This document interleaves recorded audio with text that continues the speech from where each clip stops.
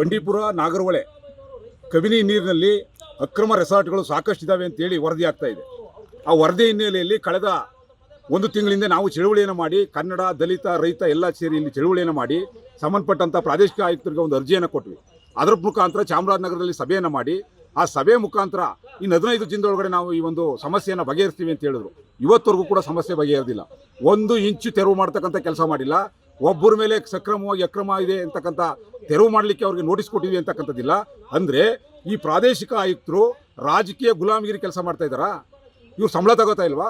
ರೈತರ ಮಕ್ಕಳು ಸಂಬಳ ಕೊಡ್ತಾ ಇಲ್ವಾ? ನಾವೆಲ್ಲ ಇವ್ರಿಗೆ ಟ್ಯಾಕ್ಸ್ ಕೊಟ್ಟು ನಮ್ಮ ಟ್ಯಾಕ್ಸಲ್ಲಿ ತಗೋತಾ ಇಲ್ವ ಸಂಬಳನ?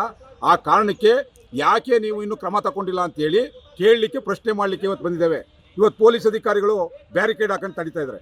ಇವರು ಸುವಮೋಟೋ, ಇವ್ರು ನಿಜವಾಗೂ ಕಾನೂನು ಅರಿವಿದ್ರೆ ಸಾಮಾನ್ಯ ರೈತರು ಅರ್ಜಿ ಕೊಟ್ಟರೆ ಟೇಬಲ್ ಮೇಲೆ ಇರ್ತದೆ, ರಾಜಕಾರಣಿಗಳು ಕೊಟ್ಟರೆ ತಗೊಂಡೋಗಿ FIR ಮಾಡಿಬಿಡ್ತಾರೆ.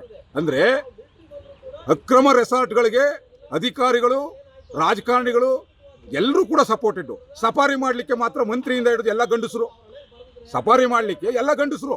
ಅದೇ ಸಫಾರಿಯಲ್ಲಿ ಇರ್ತಕ್ಕಂಥ ತೊಂದರೆ ಆಗ್ತಾ ಇದೆ, ಅಕ್ರಮ ರೆಸಾರ್ಟ್ಗಳು ಬೇಡ ಅಂತ ನಾವು ಕೇಳಕ್ಕೆ ಹೋದರೆ ಅದನ್ನು ಕಂಡುಹಿಡಿದು ಅದ್ರ ವರದಿ ಮಾಡಿ ಅಂತ ಹೇಳಿದ್ರೆ ಇವ್ರು ಗಂಡಸರಲ್ಲ. ನಿಮಗೆ ಗುದ್ಲಿ ಇಲ್ವೇನ್ರಿ? ಅಧಿಕಾರಿಗಳೇ, ಜಿಲ್ಲಾ ಮಂತ್ರಿಗಳೇ, ಮುಖ್ಯಮಂತ್ರಿಗಳೇ, ನಾಚಿಕೆ ಆಗಬೇಕು ನಿಮಗೆ ಸರ್ಕಾರಕ್ಕೆ. ಇಂಥ ಅಕ್ರಮ ನಡೀತಾ ಇದ್ರು ಕೂಡ ಅದ್ರ ಪರವಾಗಿ ಸೊಲ್ಲೆತ್ತದೇನೆ, ಅದ್ರ ಪರವಾಗಿ ವಿಚಾರ ಮಂಡಿಸ್ತೇನೆ ನೀವಿನ್ನೂ ಮೌನ ಆಗಿದ್ದೀರಿ ಅಂತ ಹೇಳಿದ್ರೆ ನಿಮಗೆ ಅಲ್ಲಿ ಸರ್ಕಾರಕ್ಕೆ ಮತ್ತೆ ಸಂಬಂಧಪಟ್ಟಂಥ ಮಂತ್ರಿಗಳು, MLA ಅಧಿಕಾರಿಗಳಿಗೆ ರೆಸಾರ್ಟ್ಗಳಿಂದ ಎಂಜಿಲ್ ಬರ್ತಾ ಇದೆ, ಎಂಜಿಲ್ ತಿಂತಾ ಇದ್ದೀರಾ ಅಂತ ಪ್ರಶ್ನೆ ಮಾಡಬೇಕಾಗ್ತದೆ. ನಾವು ಆ ಎಂಜಿಲ್ ತಿನ್ನೋ ಕೆಲಸವನ್ನು ಬಿಟ್ಟು ನೇರವಾಗಿ ನಾವೇನು ಅಕ್ರಮ ಇದೆ ಅಂತ ಹೇಳ್ತಾ ಇದ್ದೀವಿ ಅದನ್ನು ಸಕ್ರಮವಾಗಿದ್ದರೆ ಸಕ್ರಮ ಇದೆ ಅಂತ ವರದಿ ಕೊಡಿ, ಅಕ್ರಮ ಇದ್ದರೆ ಅಕ್ರಮ ತೆರವು ಮಾಡಲಿಕ್ಕೆ ಕ್ರಮ ಕೈಗೊಳ್ಳಿ. ಇಲ್ಲ ಅಂತ ಹೇಳಿದ್ರೆ ಮುಂದಿನ ದಿನಗಳಲ್ಲಿ ಸಂಪೂರ್ಣ ಬೆತ್ತಲೆ ಚಳುವಳಿಯನ್ನು ಸರ್ಕಾರ ಮತ್ತು ಮಂತ್ರಿಗಳ ಮುಂದೆ ಮಾಡಬೇಕಾಗ್ತದೆ ಅಂತೇಳಿ ಈ ಮೂಲಕ ಎಚ್ಚರಿಕೆಯನ್ನು ಕೊಡ್ತಾ ಇದ್ದಾರೆ.